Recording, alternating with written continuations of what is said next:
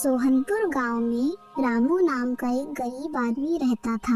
रामू का इस दुनिया में कोई नहीं था, इसलिए उसको अपना पेट भरने की ज्यादा चिंता नहीं थी। वे लोगों के यहाँ उनके खेतों में मजदूरी का काम किया करता था और कभी कभी काम ना मिलने पर वो जंगल से लकड़ियाँ काट कर बेचा करता था और बदले में लोग उसे पैसे या अनाज दे दिया करते थे।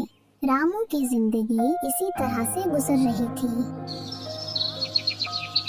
अब मैं धीरे धीरे बुढ़ापे की ओर बढ़ने वाला हूँ। अभी तो मैं लोगों के घर जाकर उनका काम कर देता हूँ और जंगल से लकड़ियाँ काटकर मैं गांव में बेच देता हूँ और मेरा इस दुनिया में कोई भी नहीं है। लेकिन जब मैं बूढ़ा हो जाऊंगा तो मेरा ख्याल रखने वाला भी कोई नहीं है। मेरे बुढ़ापे में मुझे कौन बिठाकर खिलाएगा? इसलिए मेरी भलाई इसी में है कि मैं आज से ही अपने भविष्य के बारे में सोचना शुरू कर दूं, वरना बुढ़ापे में दर दर की ठोकरें खानी पड़ेगी। ये सोचकर रामू उसी दिन से लोगों के घर जा जाकर काम करने लगा। कोई उससे अपने खेतों में मजदूरी करवाता और कोई उससे बोरियां उठवाता।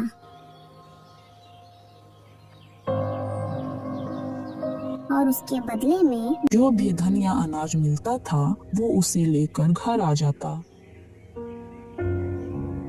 आज तो कुछ ठीक ठाक अनाज और पैसा मिल गया। कुछ अनाज तो पका लेता हूँ और बाकी का अनाज संभाल कर रख देता हूँ। रामू जितना भी अनाज खा पाता उतना वो पका लेता और बाकी अनाज को संभाल कर रख देता। जब उसके पास काफी सारा अनाज जमा हो जाता तो वो उसे बाजार में बेच आता।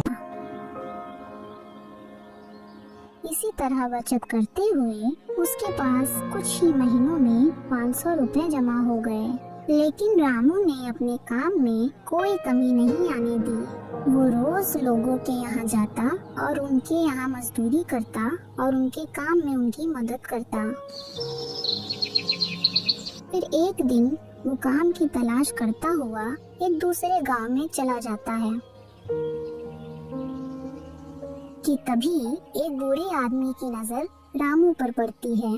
तो वो बूढ़ा सोचने लगा, ये नौजवान व्यक्ति है, क्यों ना मैं इसी से लकड़ियाँ मंगवा लूं और हो सकता है ये मेरी ऐसी अवस्था देखकर थोड़े कम पैसों में लकड़ियाँ लाकर दे दे। जैसे ही रामू उस व्यक्ति के घर के बाहर से गुजरा, अरे नौजवान व्यक्ति, ओ नौजवान व्यक्ति, जरा एक बार मेरी भी बात सुनते जाओ। कहिए काका जी, मेरे लायक क्या काम है? बेटा, मैं और मेरी पत्नी दोनों बूढ़े हो चुके हैं। हम दोनों खाना बनाने के लिए लकड़ियाँ काटकर जंगल से नहीं लेकर आ सकते, तो क्या तुम हमारे लिए जंगल से लकड़ियाँ काटकर लेकर आ सकते हो? हाँ, क्यों नहीं, मेरा तो काम ही यही है। मैं लोगों के घर घर जाकर उनके काम में उनकी मदद करता हूँ और मैं आपकी मदद करूँगा तो मेरे लिए ये सौभाग्य की बात होगी। लेकिन बेटा, मैं इस काम के बदले तुम्हें धन नहीं दे पाऊँगा। काका जी, आप इस बात की बिल्कुल भी चिंता मत कीजिए। आप मुझे जो भी अपने मन से दोगे मैं वो ले लूँगा। तो ठीक है बेटा,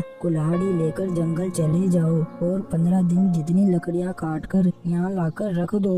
रामू कुल्हाड़ी लेकर जंगल की तरफ चला गया। वो दिन भर लकड़ियाँ काटकर उस बूढ़े के घर लाकर जमा करता रहा।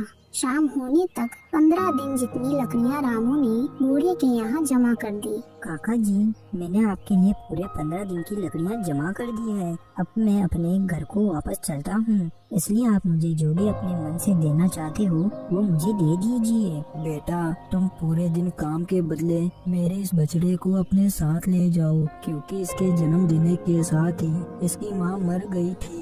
लेकिन काका जी, मैं इस बछड़े का क्या करूँगा? बेटा, तुम इसे पाल पोस कर बड़ा करो और ये बड़ा होने के बाद एक दिन तुम्हारे बहुत काम आएगा।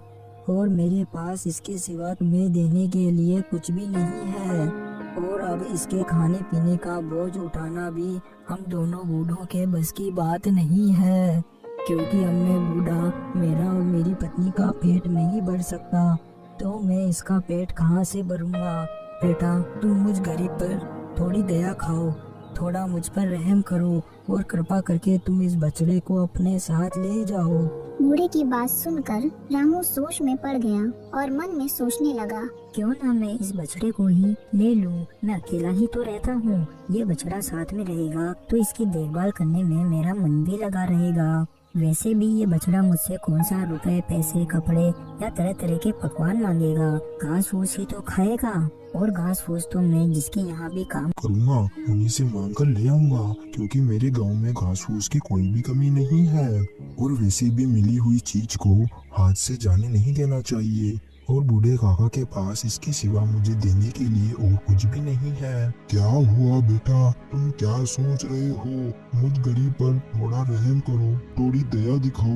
दिन भर के काम के बदले तुम मुझसे ये बछड़ा ले जाओ। नहीं नहीं काका जी, कुछ नहीं। आपने मन से मुझे ये बछड़ा देना चाहते हो तो मैं इसे ले लेता हूँ। बेटा, भगवान तुम्हारा भला करे। फिर रामू उस बछड़े को लेकर अपने घर की ओर निकल पड़ा।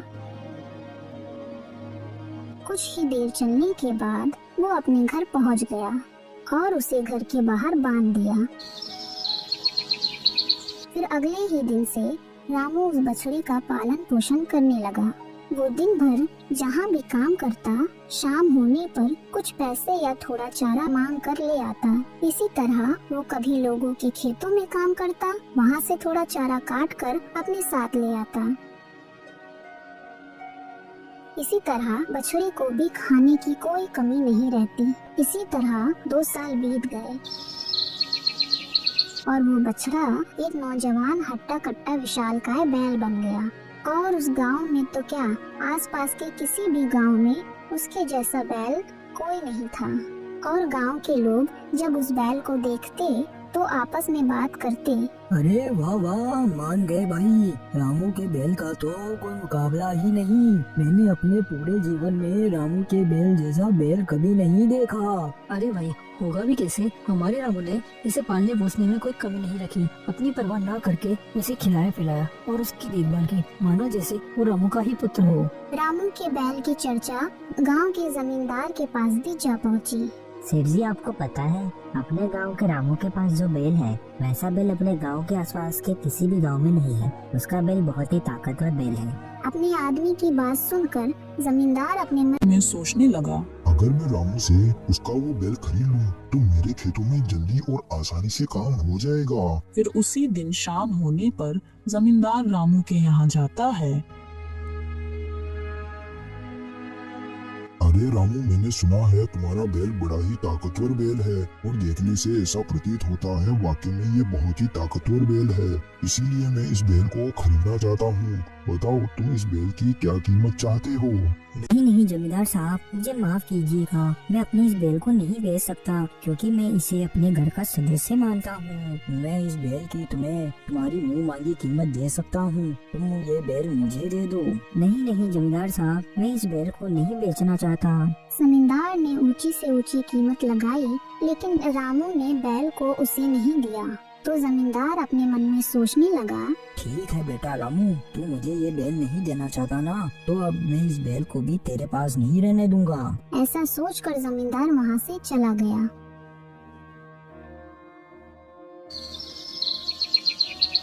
कुछ ही दिन बीत जाने के बाद जमींदार गांव के सरपंच के पास जा पहुंचा। सरपंच साहब, आपकी गौशाला और पशुशाला में एक से बढ़कर एक गाय और बैल होंगे, परंतु अपने गांव के रामू के पास जो बैल है उस बैल के मुकाबले का आपके पास बैल नहीं है। इस तरह से जमींदार ने सरपंच साहब को बैल को खरीदने के लिए उत्साहित कर दिया, क्योंकि जमींदार जानता था रामू सरपंच साहब को मना नहीं कर पाएगा। अगर ऐसी बात है तो ठीक है रमेश, तुम जाकर रामू को मेरे पास बुलाकर लेकर आओ। फिर सरपंच जी का आदमी रामू के यहाँ चला जाता है। रामू, तुम्हें सरपंच जी ने बुलाया है, तुम मेरे साथ सरपंच जी के पास चलो। आखिर सरपंच जी को मुझसे क्या काम आ पड़ा? हो सकता है उनको अपने खेतों में किसी आदमी की जरूरत हो। चलो मैं जाकर देखता हूँ। ये सोचकर रामू सरपंच जी के आदमी के साथ चला जाता है। रामू, हमने तुम्हारे बैल की गांव में बहुत से लोगों से चर्चा सुनी है। हमें तुम्हारा वो बैल चाहिए। तुम उसकी कीमत बताओ, मैं तुम्हें उसके बदले में हीरे मोती और सोने की मोहरें दे सकता हूँ। सरपंच साहब, आप मुझे माफ कीजिएगा, आप चाहे मेरे प्राण ले लीजिए, लेकिन मैं वो बैल किसी को नहीं बेच सकता, क्योंकि वो बैल नहीं, मेरे घर का एक सदस्य है। रामू, तुम शायद भूल रहे हो कि तुम यहाँ गांव के सरपंच जी के सामने खड़े हो और तुम मुझे इनकार कर रहे हो। सरपंच जी, मैं आपका लिहाज करता हूँ, लेकिन मैं अपने बैल को अपने प्राणों से भी अधिक प्रेम करता हूँ, इसलिए मैं वो बैल आपको नहीं दे सकता। रामू की ये बात सुनकर सरपंच जी को गुस्सा आ गया और वो अपने आदमी से बोले, सुनो, ये रामू ऐसे नहीं मानेगा। तुम इसके यहाँ से इसके बैल को ले आओ और अपने यहाँ लाकर बांध दो। सरपंच के आदमी ने ऐसा ही किया। वो रामू के यहाँ से उसके बैल को अपने साथ ले आया और सरपंच जी के बाड़े में बांध दिया। सरपंच जी भी उस बैल को देख